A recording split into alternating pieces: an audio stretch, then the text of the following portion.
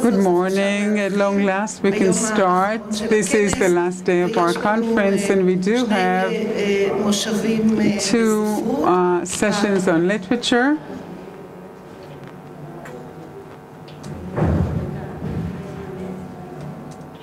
We sit down because we are starting.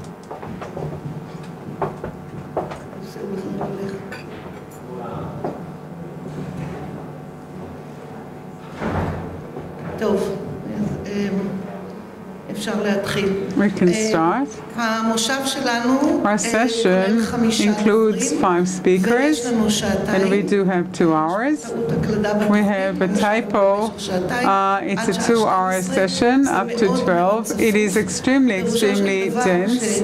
And that means that every speaker has 20 minutes sharp, and 20 minutes sharp is what you have, so please keep to the time given to you. The presentations will be given in a sequence. 3 of them, in any case, are focusing on the book itself, and then if we manage to succeed, we'll still have a discussion, and the discussion is so very important because presentations can be read, but the discussions are extremely important. So I believe it is important to hold one. The first speaker is Professor Reuven Enoch. He's a professor in the Jewish Heritage Department at the Ariel University. He's a researcher in the Caucasus and Central Asia Institute, has published many publications and translated 6 books to Georgian and to Hebrew, and edited many books. And I will mention only his recent book, the traditional translation of the Georgian Jewry to the Passover Haggadah by the Magnus publication. Please take.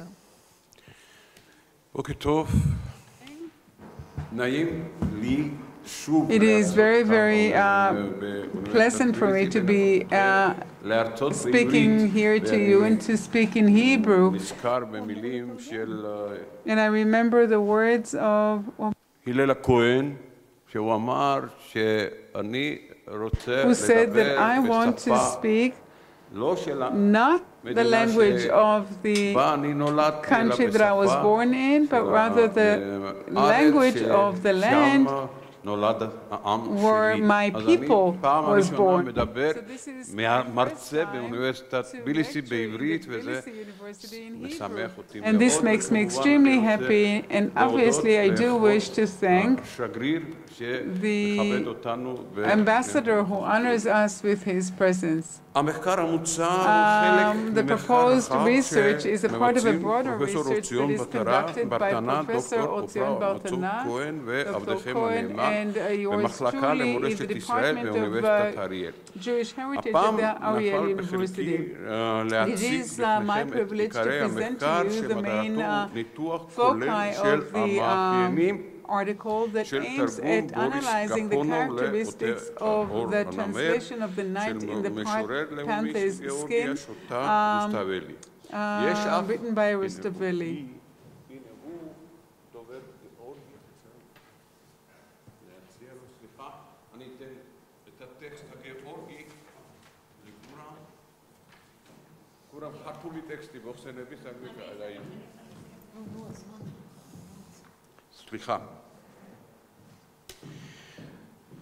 There are those who say that Georgia is Rustaveli and Rustaveli is Georgia, and the editor of the translation of Hamshlonsky partially uses this expression. Definitely, the translation of Rustaveli indicates a special link that exists between Jews and Georgia, 2 nations with a joint history. The poem, the Georgian theory, was published in Hebrew for the first time in Hapoalim,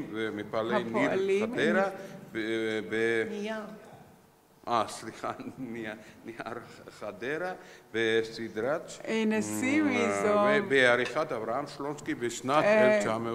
books edited by Avraham Shlonsky in כאמור, 1969. את הספר As I said, the תרגם book was גאורגית translated בוריס from דוב the Georgian גפונוב, בחור Boris Dov יהודי Gaponov. ילד He's a העיר Jew born in the פטוריה city שבאוקראינה, Pretoria in שלמד the עברית Ukraine, who studied Hebrew בכוחות עצמו on his ולקח own על עצמו and took upon את מלאכת himself התרגום this של task יצירת of מופת זו. translation, this יש לציין כי גפונוב שהתגורר masterpiece. Gaponov, בקוטאיסי who לא lived היה in יהודי Kutaisi, גאורגי, was not a והשפה Georgian Jew, הגאורגית and לא the הייתה Georgian language שפת was not אמו. his mother tongue. על תרגום גפונוב התפרסמו תגובות נרחבות הן בישראל והן בגאורגיה או בברית המועצות בכלל. מי שפתח בשבחים למתרגם היה העורך אברהם שלונסקי, שבפתיחת הספר בנוסח העברית מביא דברי שבח למלאכת המחשבת של גפונוב, המתרגם ומאיר על אופקיו התרבותיים הרחבים של גפונוב מן המורשת היהודית.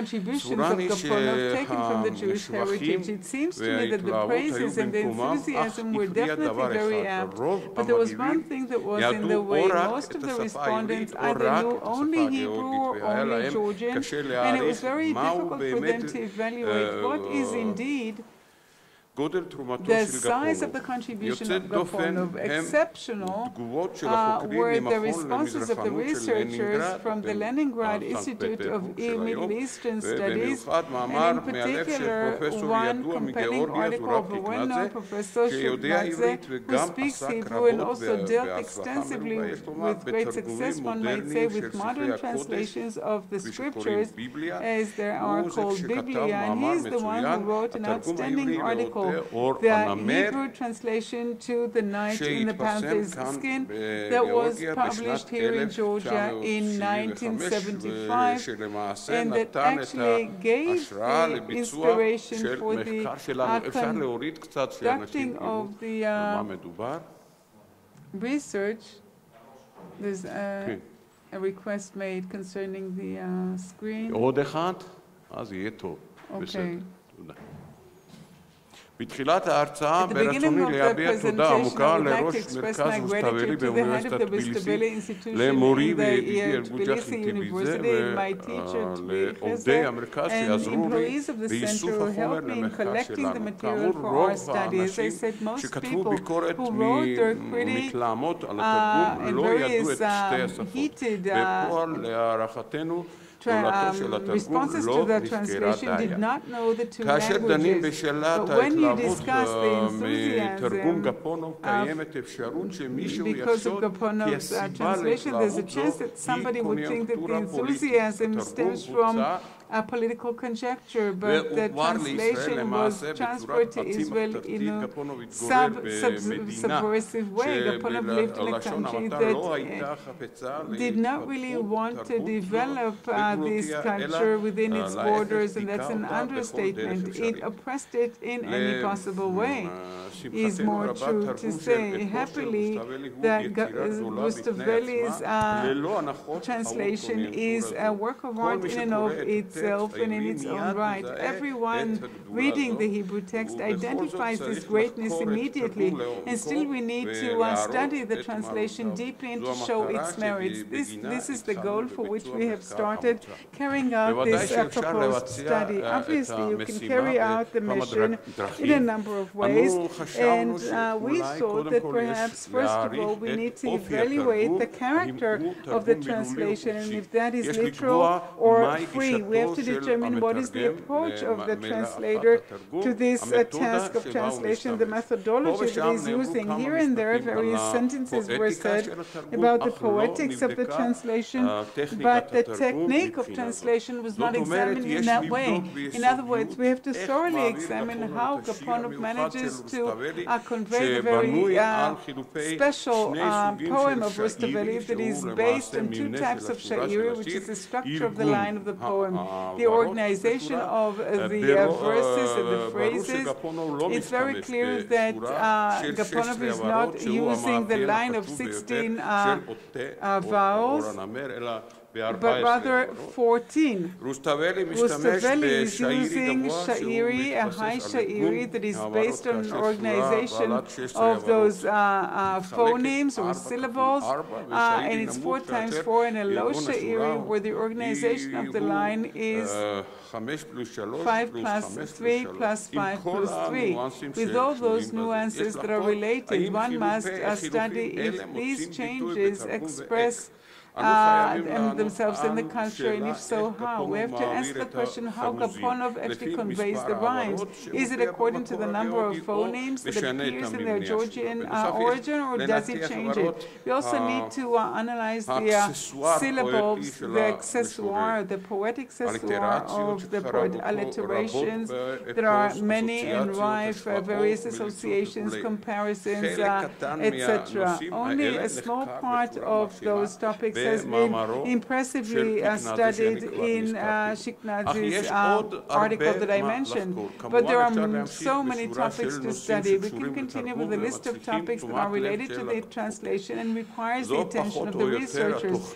This is more or less the plan of the study that we are conducting. We try to check how Gaponov brings various paraphrases and citations from the Biblia which appear in the poem of Rustaveli and show a very profound knowledge of the poet, of the scriptures, be it the Old Testament or the New Testament alike. We're very far from the various assumptions based on the connection to the Biblia. People assumed that it was related to the Jewish religion. If we thought that that was possible, we could have brought a significant example that has already been examined by the Georgian philology, and that is the line, the well-known line, and he's quoting in the Georgian language.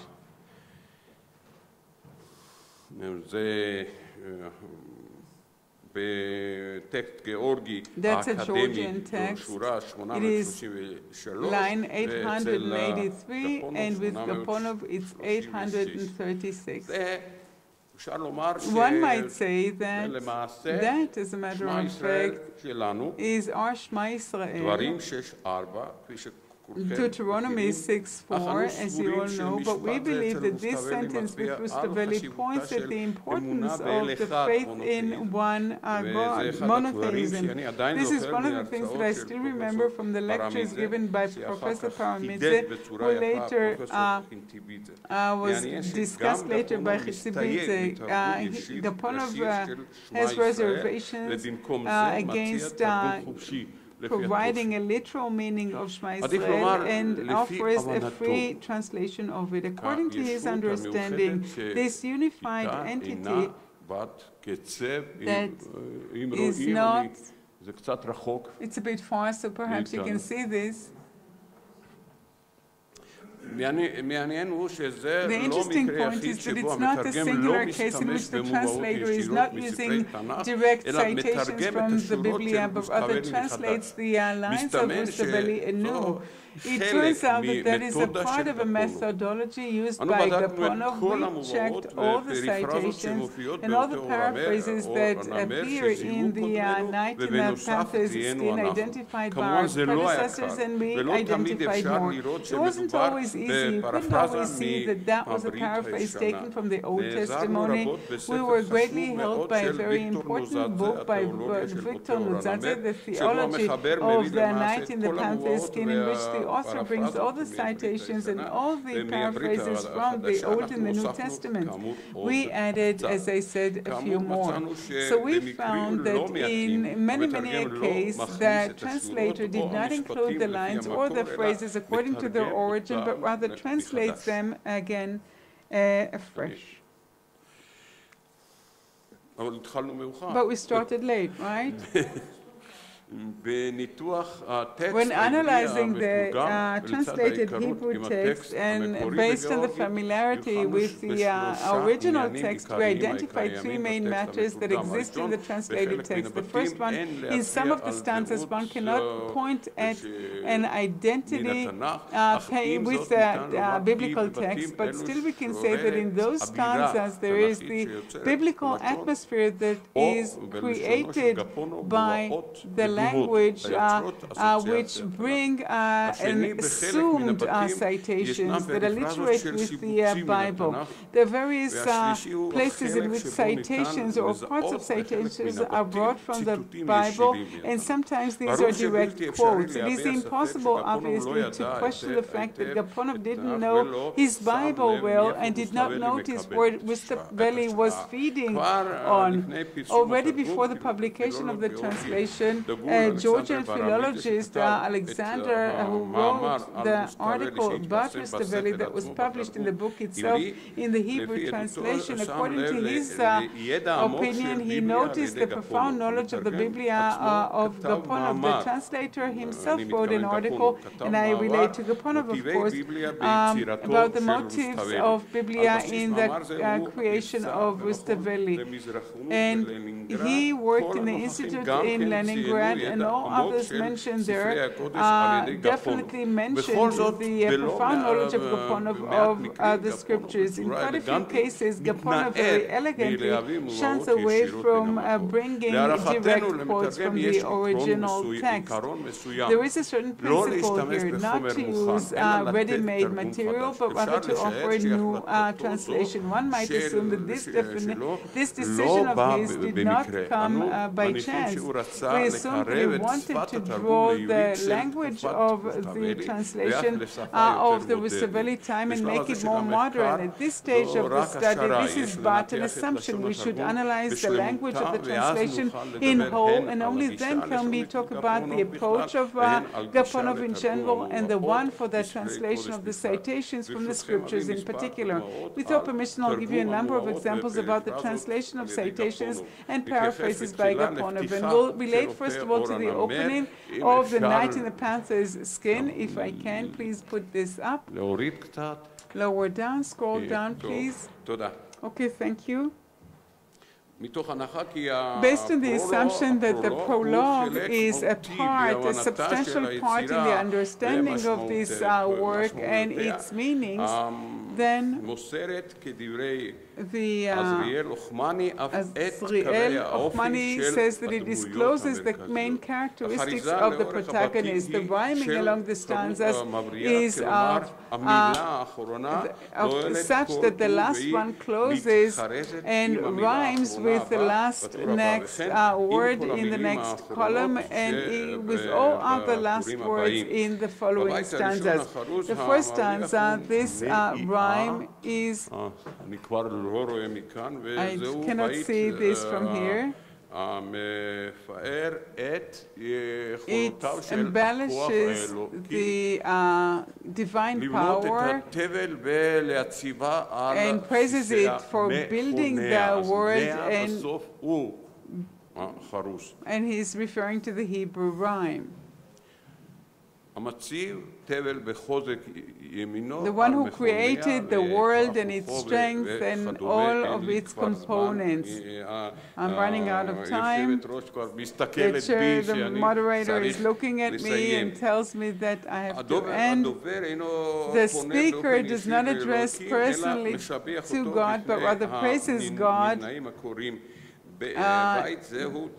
to the readers. This is almost a direct quote from the Genesis prayer.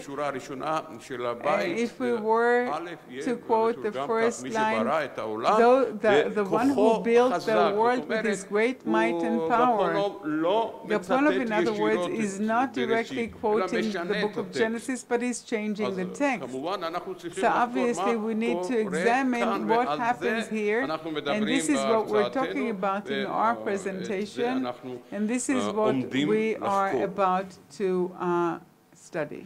A key word here is bara, namely created in Georgian, as Rustaveli writes, it's Shekvna, but this is not the word used by Gaponov because he wants to shun away from the direct literal translation of the Bible. I therefore end because I ran out of time. 2 minutes? Okay, thank you.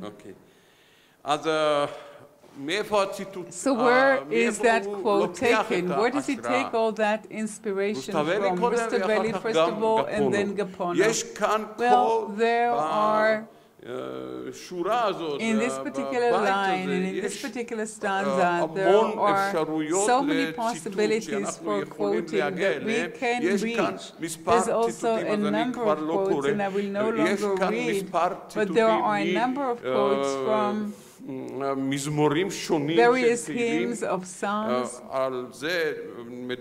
Nozadze talks about this, Tiknadze talks about this, but we have turned to 3 sources from the Psalms that it turns out that they were the ones used by Gaponov in order to translate not literally the way it says first God created, etc., but rather he draws the inspiration from a text of the Psalms, and from this entire medley he himself makes up a line in a new stanza.